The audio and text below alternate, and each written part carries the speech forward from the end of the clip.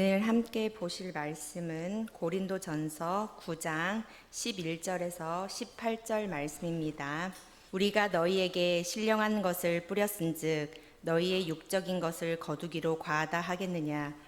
다른 이들도 너희에게 이런 권리를 가졌거든 하물며 우리일까 보냐. 그러나 우리가 이 권리를 쓰지 아니하고 범사에 참는 것은 그리스도의 복음에 아무 장애가 없게 하려 함이로다. 성전의 일을 하는 이들은 성전에서 나는 것을 먹으며 제단에서 섬기는 이들은 제단과 함께 나누는 것을 너희가 알지 못하느냐. 이와 같이 주께서도 복음 전하는 자들이 복음으로 말미암아 살리라 명하셨느니라. 그러나 내가 이것을 하나도 쓰지 아니하였고 또 이 말을 쓰는 것은 내게 이같이 하여 달라는 것이 아니라 내가 차라리 죽을지언정 누구든지 내 자랑하는 것을 헛된 대로 돌리지 못하게 하리라. 내가 복음을 전할지라도 자랑할 것이 없음은 내가 부득불 할 일임이라. 만일 복음을 전하지 아니하면 내게 화가 있을 것이로다. 내가 내 자의로 이것을 행하면 상을 얻으려니와 내가 자의로 아니한다 할지라도 나는 사명을 받았노라. 그런즉 내 상이 무엇이냐. 내가 복음을 전할 때에 값없이 전하고 복음으로 말미암아 내게 있는 권리를 다 쓰지 아니하는 이것이로다. 아멘. 네, 오늘은 권리를 쓰지 않는 이유, 권리를 쓰지 않는 이유, 이런 제목으로 하나님의 말씀 증거하겠습니다. 제가 서론격으로 이 고린도전서를 설명하는 표를 몇 개 가져와 봤습니다. 먼저 여기는 고린도고요. 소아시아 에베소 지역에서 사역할 때 제3차 전도 여행 그 시기에 고린도 교회에 편지 썼습니다. 고린도전서가 그런 내용이고요. 이거는 바이블 프로젝트라는, 여러분 유튜브에 가시면 이거 나와요. 막 어지럽죠? 한꺼번에 보니까 조금씩 그리면서 지금 8장부터 10장 이제 우상 제물 음식 먹는 거에 관련해서 이렇게 하는 거고요. 또 어느 성경 공부하는데 이제 고린도전서 전체 이렇게 서론격으로 이렇게 보시면 우상 제물의 고기를 먹는 거에 관하여, 그죠? 8장 1절부터 11장 1절까지. 우리가 지금 9장 그 동네에 하고 있습니다. 또 어느 목사님이 표를 이렇게 만들었더라고요. 어지럽죠, 이것도? 8장부터 10장 저 중간에 보시면 지금 바울이 권리, 안 보여. 권리 포기? 그런 내용 있습니다. 큰 글자도 가져와 봤습니다. 큰 글자. 8장부터 10장 우상 음식을 먹는 문제에 관련해서 지금 사도 바울 선생님께서 말씀하고 있는 겁니다. 자, 오늘 설교 제목이 권리를 쓰지 않는 이유인데요. 여기서 권리는 사도 바울이 사도로서 선교사로서 사역할 때에 교회로부터 사례비와 후원을 받을 권리를 얘기해요. 그런 권리가 있음에도 불구하고 그 권리를 고린도에서 사용하지 않았다고 밝힙니다. 자, 그렇다면 왜 사도 바울은 그 권리를 사용하지 않았습니까? 권리 이용권 제한을 왜 두었습니까? 몇 가지 교훈으로 은혜를 나누고자 합니다. 첫 번째 교훈은요, 복음의 장애가 없도록 하기 위해서였어요. 복음의 장애가 없도록 하기 위해서. 11절 12절에 교훈합니다. 11절 12절만 같이 읽어보겠습니다. 시작. 우리가 너희에게 신령한 것을 뿌렸은즉 너희의 육적인 것을 거두기로 과하다 하겠느냐. 다른 이들도 너희에게 이런 권리를 가졌거든 하물며 우리일까 보냐.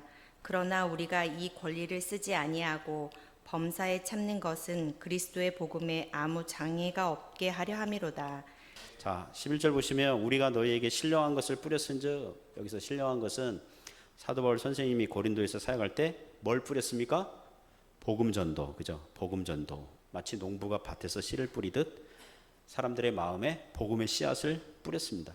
너희의 육적인 것을 거두기로 과하다 하겠느냐. 여기서 육적인 것은 의식주와 관련된 거죠. 생활에 필요한. 사도 바울은 고린도 교인들로부터 사례비와 후원비를 받아서 먹고 사는 그 육체의 생존에 필요한 것들, 그것을 거둔다 한들, 그것을 받는다 한들 과하다 하겠느냐. 이제 이런 말씀이죠. 로마서 15장 27절에도 이런 비슷한 구절이 있습니다. 당시 예루살렘 교회가 기근으로 궁핍한 가운데 있었는데 사도 바울이 이방 교회들에게 예루살렘 교회를 도웁시다, 구제헌금합시다 할 때 사용한 논리가 있어요. 로마서 15장 27절 보시면 읽어볼까요? 로마서 15장 27절. 또한 너희는 그들에게 빚진 자니 만일 이방인들이 그들의 영적인 것을 나눠 가졌으면 육적인 것으로 그들을 섬기는 것이 마땅하니라. 이방 교회들이 그들의 영적인 것, 그러니까 사도, 선교사 다 어디서부터 출발하고 시작했습니까? 예루살렘 교회에서부터 시작했잖아요. 그 예루살렘 교회에서 복음 전도자들이 또 선교사들이 나가서 이방 지역에 복음을 전해 가지고 이방 지역의 교회들이 생겼어요. 이제 예루살렘 교회가 기근으로 궁핍해졌습니다. 그리고 이방 교회들이 그 육적인 것으로 예루살렘 교회를 섬기는 것이 마땅하다, 이런 논리를 사용하고 있습니다. 그리고 앞에서 보시면 12절에 계속 논지를 펼치는데요. 다른 이들도 너희에게 이런 권리를 가졌거든. 여기서 다른 이들은 사도 바울 선생님이 고린도 교회를 개척한 이후에 떠났고, 사도 바울 선생님 이후에 고린도 교회에서 사역한 사역자들을 얘기합니다. 이를테면 아볼로, 또 베드로도 갔을 것 같아요. 왜냐하면 개바파가 있었기 때문에. 디모데, 디도 뭐 이런 사람들이 있었습니다. 즉 사도 바울의 후임자들은 교회에서 뭘 받았어요? 사례비와 후원 비용을 받으면서 사역을 했다는 거예요. 그들이 너희에게 이런 권리를 가졌거든 하물며 우리일까 보냐. 후임자들이 그런 권리를 가졌다면 정작 고린도 교회를 개척하고 설립한 사도 바울은 더더욱 교회로부터 사례비와 후원 비용을 받을 자격이 돼요, 안 돼요? 된다는 것입니다. 계속해서 보면 그러나 우리가 이 권리를 쓰지 아니하고 범사에 참는 것은, 사도 바울은 교회로부터 사례비를 받지 않았다고 그래요. 그리고 범사에 참았다고 그럽니다. 바울 서신서를 보면 지난주에도 말씀드린 것처럼 데살로니가 그리고 고린도 지역에서는 이 권리를 쓰지 않았습니다. 그러나 빌립보 교회 그리고 로마 교회, 에베소에서는 후원을 받은 것으로 보입니다.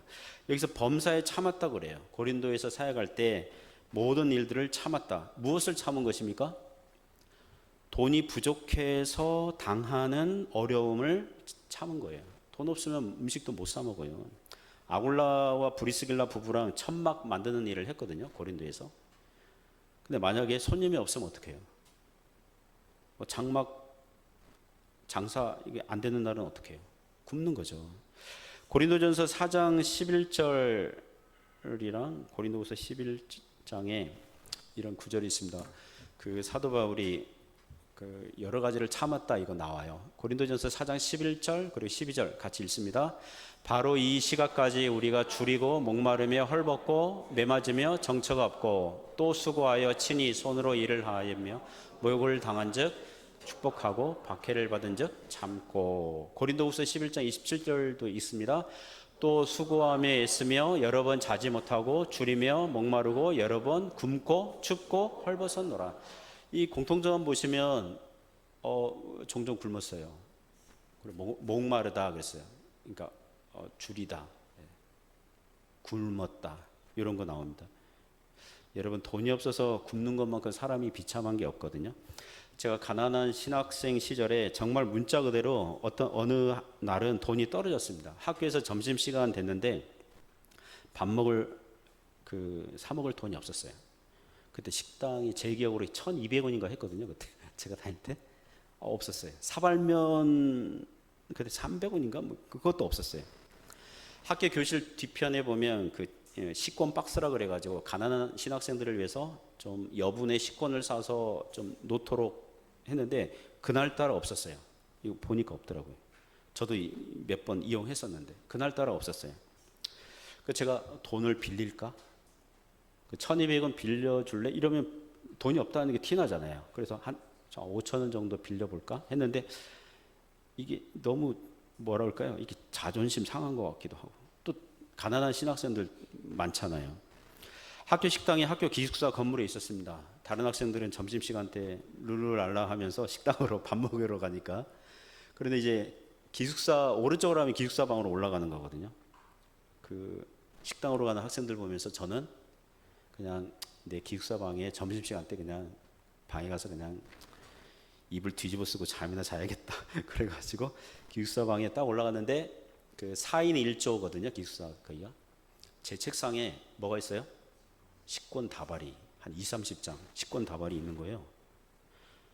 저는 지금도 누가 거기 갖다 놨는지 몰라요. 지금도 몰라요. 그리고 그때 아주 간단하고 단순한 영적 사실을 깨달았습니다. 하나님께서는 나의 모든 형편과 사정을 다 아시는구나. 그냥 이론적으로만 알다가 이 먹을 게 없어서 이 밥 굶을 때에 깨달았어요. 그래서 그렇게 재물이 없을 때 하나님 바라보는 훈련을 했습니다. 하지만 말 그대로 문자 그대로 돈이 없어서 밥 못 먹은 적이 제 인생 가운데 별로 없어요. 오히려 살을 빼려고 밥을 굶는 경우도 있었어도 우리나라는 밥은 안 굶는 나라잖아요. 그러나 우리 존경하는 사도 바울 선생님은 뭐예요? 범사에 줄이고 목마른 적이 많았지만 그걸 어떻게 해요? 참았다고. 범사에 참았다고요. 왜 그렇게 했습니까? 12절 그 말미에 보시면 그리스도의 복음에 뭐가 없도록요? 아무 장애가 없도록. 장애가 없게 하려고. 지금 누구 들으라고 하는 거예요? 누구 보고 들으라고 하는 것입니까? 고린도전서 8장 보면 고린도교회 교인들 중에서 소위 자칭 믿음이 좋다는 자들이, 성경 지식이 강하다는 자들이 원래 우상은 없는 존재니까 우상에게 드려진 이 제물 고기는 먹어도 된다 그러면서 그 우상 신전에까지 가가지고 고기를 그냥 개걸스럽게 먹으니까 믿음이 약한 형제들이 시험에 들고 신앙생활에 장애를 설치한 자들에게 들으라는 거예요. 바울은 복음에 장애가 없도록 하기 위해서 자기 고난을 사용하지 않았다는 것입니다. 사도 바울 선생님이 왜 이렇게 권리를 사용하지 않았습니까? 아마도 두 가지 이유 때문으로 보입니다. 하나는 당시에 그 철학, 그리스 철학 그러면 아주 뭐랄까요? 오늘날 가수들 콘서트 하는 것처럼 철학 강의 콘서트 그러면은 사람들이 표를 사서, 오늘 같은 콘서트 표를 사는데 옛날에는 입장이 뭡니까? 강의료를 내서 참석했거든요. 그래서 사도 바울이 노방전도하니까 또 바울이라는 떠돌이 철학 선생 하나가 와가지고 돈 벌려고 우리 도시에 왔구나, 이런 오해의 소지가 있어서 교회로부터 사례와 후원비를 받지 않은 거예요. 둘째는 아직 고린도 교회가 성숙하지 않았기 때문에 그런 것입니다. 우리나라도 개척교회 할 때는 교인들이 별로 없어서 목사님들이 투잡, 쓰리잡 뛰는 경우가 있지 않습니까? 지난주에는 제가 그 중국에서 사역하다가 한국으로 철수한 선교사님, 그러나 어느 대학에서 중국 유학생들 대상으로 사역하는 선교사님이랑 전화통화하게 됐습니다. 주일마다 중국 유학생들이 한 4, 50명 모인대요. 제가 어느 대학이라고는 밝히지 않겠습니다. 한 4, 50명 모인대요. 이런 얘기 하더라고요. 헌금하는 학생들이 없대요. 그 유학생 사역은 퍼주는 사역이라고 하거든요. 퍼주는 사역. 학생들이 그 등록금이랑 이 생활비랑 부족한데 그러니까 이 외국에 있는 학생들이 모일 때는 뭔가 도움을 받으려고 모이는 거지 막 헌금하면서 그거 안 되거든요. 그래서 선교사님이 여러 곳에서 후원받아서 학생들 밥 먹이고 성경 가르치고 있다고 하더라고요. 그와 같이 교인들이 아직 신앙이 성숙하지 못해서 바울은 후원받을 수 있는 권리를 사용하지 않은 것으로 보여요. 만일 고린도에서 사례비를 받고 후원 비용을 받으면 바울은 떠돌이 철학 선생들 중에 하나로 복음을 전하여서 돈을 버는 자로 낙인 찍혔을 것이고, 교회 교인들은 아직 성숙하지 못해서 우리 호주머니를 털어가는 종교 사업가 이 정도로 생각했을 수 있다는 것입니다. 그런 이유로 사도 바울은 이런 권리를 사용하지 않은 것입니다. 그러므로 사랑하는 성도 여러분, 어찌하든지 복음의 장애가 없도록 교회의 덕이 되도록 우리 자신의 자유와 권리를 절제하는 성숙한 신앙의 은혜가 있기를 축복합니다. 두 번째 교훈은요, 사역자의 권리를 존중하라고 합니다. 13절 14절에서 교훈합니다. 13절 14절 같이 읽습니다. 시작. 성전의 일을 하는 이들은 성전에서 나는 것을 먹으며 제단에서 섬기는 이들은 제단과 함께 나누는 것을 너희가 알지 못하느냐. 이와 같이 주께서도 복음 전하는 자들이 복음으로 말미암아 살리라 명하셨느니라. 자, 여기서 13절 보시면 성전의 일을 하는 이들 그리고 제단을 섬기는 이들이 나옵니다. 이것은 구약 성경에서 가져온 그 아이디어, 개념입니다. 여기서 성전의 일을 하는 사람들은 구약 성경에서 누굴까요? 구약 성경에서 성전에서 일을 하는 사람들은 누굽니까? 레위인들이에요. 레위인들. 제단을 섬기는 사람들은요, 제사장들입니다. 아론 가문의 그 후손들, 제사장들입니다.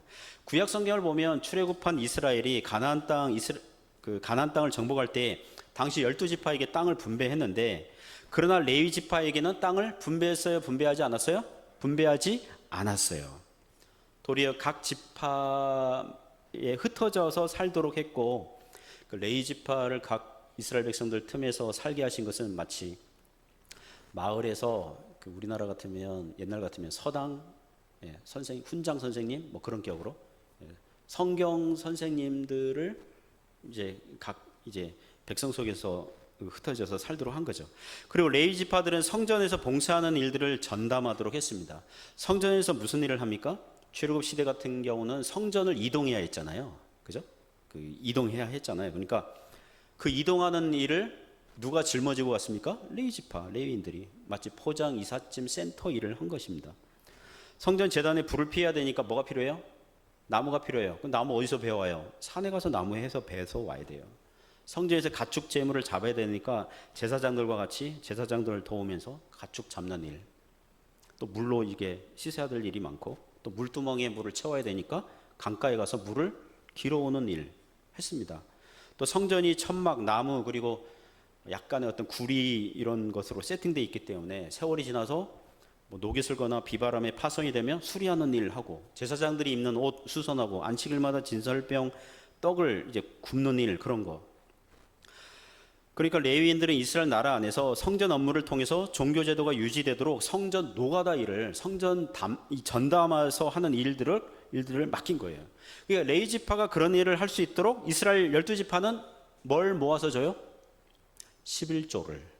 구약 성경에 보면 11조를 레위인들이 생활할 수 있도록 주는 거예요. 이것을 두고 오늘 성경에서 성전의 일을 하는 이들은 성전에서 나는 것을 먹는다 하는 것입니다. 그리고 제단에서 섬기는 이들은 제사장들이죠. 제사장들이 제단 섬기는 일을 할 수 있도록 제단에서 뭐 합니까? 그 제사장들이 제물을 잡고 제단에서 제물을 태우고 성전에 들어가서 성전 촛대 불을 켜고 촛대에 사용하는 기름을 제적하고 촛대 불 꺼지면 안 돼요. 기름 잘 이렇게 조절해야 되고요. 늘 이렇게 이게 뭡니까 이렇게 해야 되고 백성들을 위해서 중보하는 일을 하고 제사장들이 먹고 살 수 있도록 예를 들면 대제사장 같은 경우는요 집안의 경사스러운 일은 참석할 수 있지만 누가 가족 중에 누가 죽었다 그러면 대제사장은 그 장례식 참석하면 돼요 안 돼요? 안 돼요. 왜 그래요? 시체를 접촉했다. 그럼 부정하게 돼요. 그러면 성전에서 그러니까 제사장 그 자식들이 많으니까 아마 그 순번제로 그러니까 이 장례식 나도 다 참석할 수 없는 거예요. 그런 일을 했다는 것입니다. 그래서 제사장들이 먹고 살 수 있도록 레위인들이 백성들로부터 받은 11조 중에 다시 그 중에 또 11조를 추려가지고 레위인들이 제사장들에게 11조를 준 거예요. 만일 이스라엘 백성들이 11조 하지 않으면 어떻게 될까요? 실제로 느헤미야서를 보면 이런 일이 일어납니다. 백성들이 11조를 하지 않으니까 어떤 일이 발생합니까? 제사장과 레위인들은 먹고 살기 위해서 농사지으러 밭으로 가고 양떼 기르려고 성전을 비우게 돼요. 자, 어느 날 백성이 성전에 가서 제사 드리려고 양 한 마리 끌고 왔는데 제사장이 없네요. 성전이 비어 있어요. 제사 못 드려요. 그 제사장이 없으니까 성전 찾지 않죠. 이게 악순환이 되는 거예요. 그 느헤미야가 그것을 타개하기 위해서 왜 성전이 비었냐? 왜 제사장들이 레위인들이 그 성전에서 업무를 보지 않냐? 보니까 백성들이 11조를 하지 않는 거예요. 그래서 그 중단된 원인을 찾으니 이 11조 하지 않으니까 제사장들과 레위인들이 먹고 살기 위해서 이제 11조를 성실하게 하도록 그런 정책을 펼친 사건이 느헤미야서에 나옵니다. 사도 바울은 이 구약 제도 아이디어를 가지고 와서 14절에서 사역자의 권리에 대해서 이렇게 얘기해요. 14절만 다시 한번 읽어보겠습니다. 이와 같이 주께서도 복음 전하는 자들이 복음으로 말미암아 살리라 명하셨느니라. 주께서 예수님께서도 복음서에서 복음 전하는 자들의 권리에 대해서 말씀하신 대목이 있다는 것입니다. 그게 뭘까요? 그 누가복음에 보시면 나오거든요. 누가복음 10장 5절부터 7절입니다. 같이 읽습니다. 어느 집에 들어가든지 먼저 말하되 이 집이 평안할지어다 하라. 만일 평안을 받을 사람이 거기 있으면 너희의 평안이 그에게 머물 것이요 그렇지 않으면 너희에게 돌아오리라. 그 집에 유하며 주는 것을 먹고 마시라. 일꾼이 그 삭을 받는 것이 마땅하니라. 이 집에서 저 집으로 옮기지 말라. 자, 이 구절들은 예수님께서 제자들 70명을 보내요. 2명씩 짝을 지어가지고 전도 파송하시면서 하시는 말씀 중에 나오는 거거든요. 주님은 그 전도자들에게 전대나 이게 돈, 지갑에 돈, 배낭, 신발 가지고 가지 말라 그랬어요. 그러니까 먹고 마시고 이 의식주 문제를 누가 해결해 주신다는 겁니까? 주님께서. 자, 어떻게 누구를 통해서 해결해 주세요? 자, 어느 마을에 전도하러 왔어요? 그러니까 두 명이 전도 짝 지어가지고 어느 마을에 갔어요. 자, 어느 집에 가서 평안할지어다라고 평안을 빌어주라고 합니다. 자, 그 인사, 그 말은 무슨 뜻이냐면, 자, 우리가 복음 전도자인데요. 이 마을에서 예를 들면 뭐 일주일이면 일주일 전도 활동을 하려고 합니다. 우리가 전도하는 동안 당신 집에 뭐 할 수 있도록? 머물 수 있도록 해주시고 식사도 제공해 주시기 바랍니다. 라는 부탁의 평안의 인사예요. 그거를 받아들이면 그 집주인이 전도자들로부터 은혜를 받아서 제가 그러면 당신들의 이 숙식을 해결을 해드리겠습니다. 우리 집에 머무르세요. 그러면서 전도자 뭐 2명 정도 이렇게 받아들여 가지고 그러면 그 집이 하나님의 평안이 임한다. 그런 뜻이에요. 또 이 집에서 저 집으로 옮기지 말라. 그러면 이렇게 전도 활동하는데 다른 사람이 복음 전도를 듣고 은혜를 받잖아요. 그러면 우리 전도자 양반들은 어디 머무세요? 그러니까 저 작은 집, 허름한 집에 머물고 있거든요. 에이, 우리 집에 오세요. 우리 집 큰 집이니까 우리가 식사도 잘 제공해 드릴게요. 그러면 그 집으로 옮겨요? 옮기지 말아요? 옮기면 안 돼요. 옮기면 안 돼요. 그런 육신적인 이유로 옮기지 말라. 그런 거예요. 이 구절은 우리에게 교훈을 주는 거죠. 사역자들의 권리를 교회가 존중하고 보장해 주어야 한다는 것입니다. 만일 우리 교회에서 사례비를 오 목사에게 주지 않으면 어떻게 될까요? 교회에서 저에게 오 목사님 주님을 위해서 뭐 부자 되려고 목회하시는 거 아니잖아요. 예? 사명감으로 그리고 주님 사랑하는 마음으로 목회를 해주시기 바랍니다. 이제부터 사례비 안 드릴게요. 오직 사명감으로 목회해 주시기 바랍니다. 그러면 저는 어떻게 될까요? 어떻게 될까요? 저는 주중에 짭을 구하겠죠. 주중에 일할 수 있는 뭔가 직업을 구하겠죠. 아내와 자식들을 먹여 살려야 되니까 직업을 구하겠죠. 중국 같으면 YMI 배달 일을 하거나 한국 같으면 배달의 민족 그 배민 뛰어야 되겠죠. 아니면 우리 교인들 회사에 취직시켜 달라고 부탁을 하고 일 잘 못하면 집사님으로부터 야단 맞고 라오반 집사님으로부터 목사님 그것도 못해요 말면서 야단 맞고 만약에 돈이 있으면 돈 투자해 가지고 커피숍을 하거나 한국 같으면 구멍가게라도 열겠죠. 그러나 여러분 직장 생활이나 사업이나 그거 쉬운 일입니까? 아니에요. 그것 또한 신자들에게는 하나님 일이거든요. 거기에 목숨 걸지 않으면 안 돼요. 매진하지 않으면 집중하지 않으면 안 돼요. 대충 하면 안 돼요. 자, 그렇게 일하다가 토요일 저녁이 되겠죠. 주중 집회 못 해요. 일해야 되니까 수예배 없고 성경 공부 없고 아침 중경건에도 위험합니다. 토요일 날 됐어요. 주일날 설교 준비해야 되는데 토요일 날도 일하러 갈 수 있잖아요. 토요일 날 저녁에 막 이게 대충 이렇게 설교 준비하겠죠. 설교 준비할 수 있는 충분한 시간을 이전만큼 갖지 못하겠죠. 어느 유명한 피아니스트가 이런 말을 했습니다. 하루 연습 안 하면 자기 배우자가 알고, 이틀 연습 안 하면 가까운 사람이 알고, 3일 연습 안 하면 누가 알아요? 온 청중이 다 안다. 이런 얘기 했어요. 저도 만일 충분한 시간을 두고 설교 준비하지 않으면 설교 퀄리티가 점점 떨어지겠죠. 교인들은요, 질 낮은 수준의 설교를 듣게 되겠죠. 여러분, 신앙생활의 성장은 설교를 통해서 성경 배움에 기초하게 되는데 교인들이 신앙생활의 성장이 약할 거예요. 그리고 설교 퀄리티가 떨어진다 해도 교인들은 목사에게 불평할 수 있어요, 없어요? 없어요. 왜냐하면 목회자로 하여금 의식주 문제를 해결해 주지 않으니까, 성경을 전적으로 연구하고 준비하는 시간을 갖도록 해주지 않으니까. 자, 그러면 저는 이 두 가지 일을 하다가 저는 성격상 한꺼번에 두 가지 일 못 하거든요. 하나만 해야 돼, 하나만.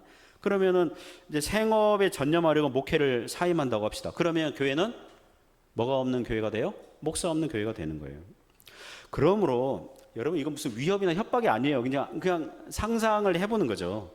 그러므로 사역자의 권리를 존중하고 보장해 주어야 한다는 것입니다. 이게 마땅한 거예요. 마땅하다 그러잖아요. 일꾼이 그 삭슬 받는 것이 마땅하다. 복음 전하는 자들이 복음으로 말미암아 살아야 된다. 오늘날 한국 교회들 중에 미자립 교회들이 많고요. 교회 목회하는 것만으로는 먹고 살기 힘든 목사님들이 많거든요. 그래서 소위 목사님들이 이중직을 해요. 주중에는 생업을 하고 주일에는 목회하는 분들이 많습니다. 왜냐하면 목회 현실이 그런 거니까. 그리고 개척교회를 하면 교인들이 별로 없으니까 개척교회 목사님들이 생업을 겸해서 하는 경우들이 있거든요. 그리고 선교지에도 많은 선교사님들 중에 선교 후원이 부족하면 어떻게 해요? 먹고 살아야 되니까 비즈니스 하는 분들이 많거든요. 제가 아는 선교사님도 여기 커피숍 파는 분도 계시고, 저기 참기름 파는 참기름 라오반집 참기름집 사장님 하시는 분도 계시고 막 그렇거든요. 미안하지만 그렇게 하면요 목회와 선교를 힘있게 할 수 없어요. 그와 같은 형태는 임시적이고 응급 상태예요. 응급 상태. 커다란 원칙과 대의는 복음 전하는 자들이 복음으로 말미암아 사는 거예요. 교회는 기쁘게 복음 전하는 자들을 돕고 복음 전하는 사역자들은 복음으로 말미암아 살 수 있는 것에 감사함으로 사역을 성실하게 하면 되는 것입니다. 아까 우리 대표기도 하시는 우리 장로님도 기도 중에 이 교회를 섬길 수 있고 감사한 거거든요. 감사한 거예요. 그러니까 목회자는 목회하는 것으로 인해 감사하고, 교인들은 또 그렇게 섬길 수 있고 또 같이 신앙생활을 해서 이렇게 성장하는 거에 감사할 수 있고, 그런 은혜가 있기를 주님의 이름으로 축복합니다. 세 번째 기호는 사명감으로 일하라는 것입니다. 사명감으로 일하라. 15절부터 18절에서 교훈하는데요. 분량이 많으니까 한 절씩 보겠습니다. 15절 말씀 먼저 읽습니다. 그러나 내가 이것을 하나도 쓰지 아니하였고 또 이 말을 쓰는 것은 내게 이같이 하여 달라는 것이 아니라 내가 차라리 죽을지언정 누구든지 내 자랑하는 것을 헛된 도로 돌리지 못하게 하리라. 15절 말씀은 뭐냐면 사도 바울이 교회에서 사례비랑 후원비를 받지 않고 일했다 그러니까 고린도 교회 교인들 중에서 이제 사도 바울이 편지 쓰다가 교인들이 오해할 수 있겠구나 그러면서 사도 바울 선생님이 예전에 사례비 안 받고 후원비 안 받고 일한 거에 대해서 아쉬워서 하는구나, 좀 달라는 거구나, 좀 챙겨 달라는 거구나, 이렇게 오해할까 봐서 내가 이 권리를 하나도 쓰지 아니하였고 또 이 말을 쓰는 것은 이같이 하여 뭐 하는 게 아니라는 거예요. 달라는 것이 아니다. 내가 차라리 죽을지언정 누구든지 내 자랑하는 것을 헛된 대로 돌리지 못하게 하리라. 여기서 사도 바울이 말하는 자랑은 자기가 고린도에서 복음 전하면서 교회로부터 생활비를 받을 수 있는 권리를 사용하지 않은 것에 대한 자랑이에요. 그래서 차라리 죽을지언정 자기 자랑을 헛되게 하고 싶지 않다 이렇게 얘기해요. 그러나 사도 바울의 자랑은 복음 전도 자체 한 것을 말하는 것은 아닙니다.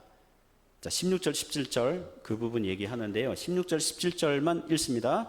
내가 복음을 전할지라도 자랑할 것이 없으면 내가 부득불 할 일임이라. 만일 복음을 전하지 않으면 내게 화가 있을 것이로다.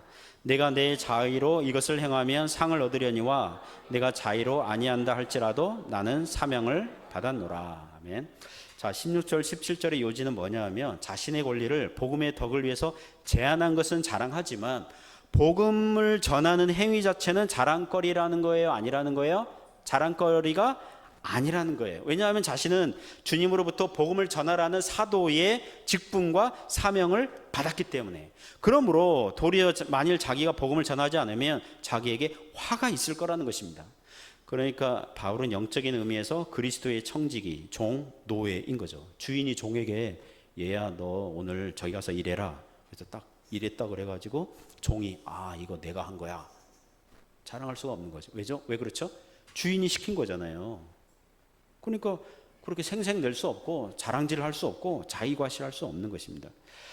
물론 사도 바울이 주님의 종이라고 할 때는 빌립보서 3장 12절에 나온 것처럼 이렇게 나옵니다. 오직 그리스도 예수께 잡힌 바 된 것을 잡으려고 달려가노라. 그리스도 예수께 잡혔다. 사랑하는 성도 여러분, 사도 바울은 그리스도의 사랑의 포로였어요. 우리도 사랑의 포로인 줄 믿습니다. 사랑으로 붙잡혔어요. 은혜로 포로가 됐어요. 그러므로 16절 말미에서 만일 자신이 복음을 전하지 않으면 화가 있을 것이다. 이것은 공포심에서, 노이로제, 스트레스에서 하는 말이 아니라 주님을 향한 거룩한 경외심에서 하는 말입니다. 아까 찬양팀이 그 두 번째 찬양할 때 그 십자가를 전한다 하는 그 가사 중에 보면 무익한 종 부르사 그런 가사가 있어요. 가사는 음은 좀 틀렸지만 무익한 이 종을 부르셨다. 그런 표현이 있어요. 만약 사도로 부르심 받지 않았는데 바울이 자의로 거룩한 열정에 타올라서 전도자로 살았다면 상을 얻었겠죠. 그러나 사도로 부르심 받았으니까 복음 전하는 행위는 마땅히 해야 할 일인 거죠. 예를 들면 미국에서 태어난 한국계 미국인 청년이 있다고 합시다. 한국 한국을 너무 사랑해서 영주권 포기하고, 여러분 미국 영주권 따기가 얼마, 이 하늘의 별 따기보다 어려운 수 있잖아요. 그거 포기하고 한국 국적 따가지고 군 생활했다면 칭찬 받아요, 안 받아요?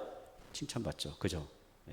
근데 한국에서 태어난 한국 청년이 군대 가지 않으려고 이런 핑계 저런 핑계 대면서 나이가 들다가 마지못해서 억지로 군대 갔다면, 물론 늦게라도 군대 갔으니 잘했지만, 자, 한국 청년은 어때요? 국방의 의무할 때 의무잖아요. 물론 잘한 거지만 우리 성도님들도 이 아들들이 지금 군 생활하고 있는, 그러니까 잘한 거지만 이렇게 이 미국 국적 포기하고 한국 군대에 들어간 청년과 비교해서는 칭찬은 못 들을 수 있죠. 왜냐하면 국방 의무잖아요. 의무. 마땅히 해야 할 일을 하는 거잖아요. 구약 성경에 보면 요나 선지자가 있습니다. 니느웨 백성들에게 하나님의 심판이 있다고 예언하라 그러니까 요나는 어떻게 해요? 도망가요. 만약 요나가 니느웨에 가서 하나님의 심판이 있을 거라고 예언하면 그 백성들이 회개해 버리면 하나님의 성격상 용서하실 것 같거든요. 그 니느웨가. 그리고 요나 선지자가 내가 가서 그런 말 하지 않으면, 하나님의 심판이 있다 이런 말 하지 않으면 그들은 그렇게 엉망으로 살다가 하나님의 심판을 받기를 기대해 가지고 도망간 거거든요. 원수 나라니까. 근데 하나님께서 요나 선지자에게 어떤 화가 임합니까?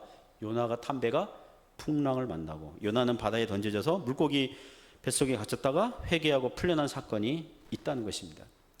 그리고 이 구절을 잘 설명하는 구절이 있습니다. 성경에 누가복음 17장에 보면 무익한 종의 비유가 있죠. 어느 집에 종이 있습니다. 그 종은 주인의 명령으로 밭에서 일하고 들에서 양을 쳐요. 저녁 시간이 돼요. 그 집에 와가지고 주인을 위해서 식사를 준비해요. 그러면 주인이 식사하면서 주인에게 이렇게 얘기한다고 합시다. 오늘 내 명령 잘 들어주어서 고맙구나. 그러면 종의 반응이 어떻다는 것입니까? 아닙니다, 주인님. 저는 어떤 종이라고요? 무익한 종입니다. 저는 하여야 할 일을 했을 뿐입니다. 이런 고백이 있거든요. 참고로 여러분, 이스라엘에서 종이 되는 사람은요, 많은 빚을 져가지고 그 빚을 탕감하기 위해서 종이 되는 거예요. 그러니까 몸으로 때우는 거예요. 갚을 돈이 없으니까 몸으로 때우는 거예요. 몇 년 동안요? 이스라엘은 물론 종이 비참한 처지이지만 7년간만 일하면 그 빚이 얼마나 됐든 다 탕감 받아요. 그 7년 동안 주인집에서 먹고 자고 생존에 필요한 것 다 제공받을 수 있어요. 그러니까 여기서 무익한 종입니다 그럴 때는 그런 배경을 가지고 있어요. 사랑하는 성도 여러분, 우리도 하나님께서 구원하여 주시지 아니하셨다면 우리는 무익한 인생을 살 뻔한 거죠. 예수님을 믿은 이후에도 뚜렷하게 무슨 공을 세운 게 그렇게 많지는 않잖아요. 도리어 하나님의 은혜를 더 많이 받았을 뿐이에요. 우리가 하나님을 사랑한 것이 아니라 하나님께서 우리를 먼저 사랑하신 줄 믿습니다. 그것도 자신의 외아들을 주시기까지 한량없이 사랑하시고 은혜를 베푸신 거예요. 우리는 갚아도 다 갚을 수 없는 사랑을 받은 자들인 줄 믿습니다. 더구나 이게 저와 같은 목사 또 전도사 선교사들은 구원하여 주신 것도 감사한데 뭐 하게 하셨어요? 교회를 섬기도록, 전적으로 섬기도록 성경교사로 전담하게 하셨으니 감사한 거죠. 제가 신학생 때 학교 예배 시간 되면 학생들이 돌아가면서 대표기도 하거든요. 대표기도 할 때마다 그 신학생들의 그 기도의 그 레파토리가 있어요. 거의 대부분 들어가는 거. 예수님 믿고 구원하여 주신 것도 감사한데 주의 선지 동산에 불러주시기까지 하신 이 은혜에 감사합니다. 이렇게 얘기하거든요. 신학교를 선지 동산이라고 불러요. 선지 동산이 무슨 뜻이냐면 뭐 선지국 판다 그래서 그게 아니라 구약 선지자 학교에서 가지고 온 개념이에요. 여러분, 그게 사명감이에요. 신자들이 지금 자기가 하는 일을 하나님께서 주셨다고 여기는 것, 그게 사명감인 줄 믿습니다. 어떤 태도로 해야 됩니까? 18절 말씀 이렇게 얘기하죠. 18절 말씀 같이 읽어요. 그런즉 내 상이 무엇이냐? 내가 복음을 전할 때에 값없이 전하고 복음으로 말미암아 내게 있는 권리를 다 쓰지 아니하는 이것이로다. 바울이 복음 전하는 행위 자체를 자랑할 수는 없었지만 그것이 의무요, 사명을 받은 일이기 때문에 도리어 복음 전하지 않으면 도리어 뭐 화가 있고 직무 불이행, 직무 태만으로 야단 맞을 수 있는 거죠. 그러나 복음 전할 때 값없이 공짜로, 사도 바울 같은 경우는 교회 후원을 받지 않고 전하고 복음으로 말미암아 내게 있는 권리, 일꾼이 자기 삭슬 받는 그 마땅한 권리를 다 쓰지 아니한 이것이로다. 즉 주님께서 부르신 일을 섬긴다는 그 기쁨, 감사함, 보람, 그게 사명감이에요. 그것을 자랑으로 여기고 주님으로부터 받을 상이라는 것입니다. 주님께서 우리에게 주실 상이 무엇입니까? 우리가 천국 가서 받을 주님의 상이 무엇입니까? 어떤 분들은 이렇게 얘기해요. 좋은 아파트 맨션, 좋은 집, 뭐 금관, 면류관, 뭐 그거 주실 수 있어요. 그러나 가장 우리가 얻을 주님께서 우리에게 주실 상은 무엇입니까? 주님께서 알아주시는 것. 잘했다 충성된 종아, 알아주시는 것, 인정해 주시는 것, 칭찬, 그게 주님의 상인 줄 믿습니다. 여러분, 주님이 알아주시면 끝이에요. 그걸로 더 이상 주님이 알아주시면 충분한 줄 믿습니다. 저와 같은 목사는 교회에서 사례비를 받기 때문에 오늘 본문에서 사도 바울이 말하는 문자적인 상은 없겠죠. 저는 복음을 값없이 무료로가 아니라 뭐예요? 돈 받으면서 값이시, 값 얻으면서 전하고 있잖아요. 어떤 면에서 저는 권리들을 사용하고 있는 거죠. 우리 교인들과 비교할 때 그 면에서는 상이 적을 수도 있어요. 우리가 천국 가면은 주님께 상을 주실 때 제가 받는 상보다 여러분이 받는 상이 더 많을 수도 있어요. 아멘을 아무도 안 하시네요. 예를 들면 우리 교회 그 네이버 카페 유튜브 방송 있지 않습니까? 아직 우리 교회 카페 또 유튜브 방송에 구독, 좋아요, 알림 설정 안 하신 분들은 회개하시기 바랍니다. 거기에 들어가서 교회에서 행하는 설교를 들어보시고 다른 사람들에게도 알려주시기 바랍니다. 구독자가 59명에서 수주간 지금 몇 달간 늘지 않고 있어요. 59명이 딱 돼 있는데 저희 둘째 딸이 캐나다 밴쿠버에서 아빠 설교 그 애독자거든요. 틀어놓고 집안일을 한대요. 아빠 설교 틀어놓고 집안일을 하면 열렬한 구독자인데, 카페와 유튜브 봉사와 섬기는 일을 우리 정현주 원사님이 하시잖아요. 교회에서 살해합니까? 안 해요. 값없이 섬기고 있잖아요. 예를 들면 또 우리 교회 찬양팀이 있습니다. 이주희 권사와 그 소녀들, 우리 교회 걸그룹이라고 할 수 있는데 그 소녀시대와 블랙핑크를 뛰어넘는,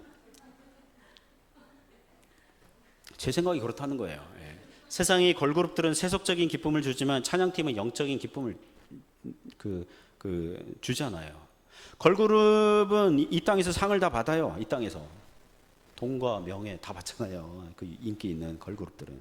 찬양팀은 어디서 상이 있어요? 하늘에서 상이 있는 줄 믿습니다.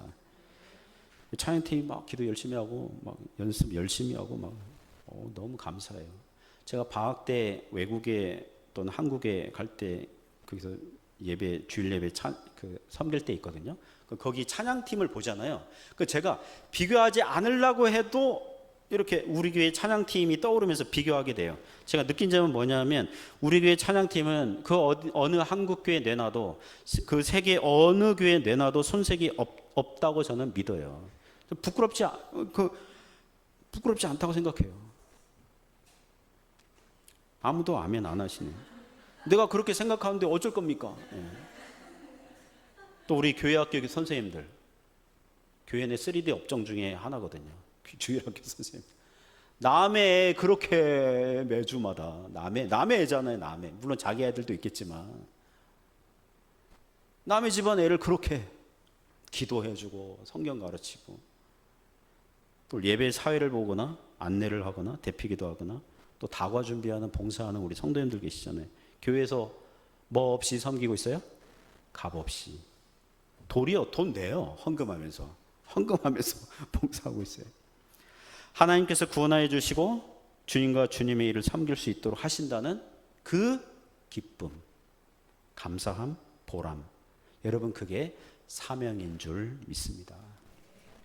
그러므로 사랑하는 성도 여러분, 복음의 장애가 없도록 자신의 권리를 절제할 줄 알고 사역자의 권리를 존중하며 또 주님과 교회를 사명감으로 잘 섬길 수 있기를 주님의 이름으로 축복합니다. 기도하겠습니다. 하나님 아버지 감사합니다.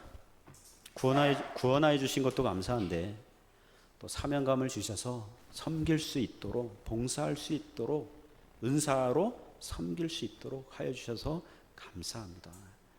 이 사명감으로 살아갈 수 있도록 역사하여 주옵소서. 예수님 이름으로 기도드립니다. 아멘.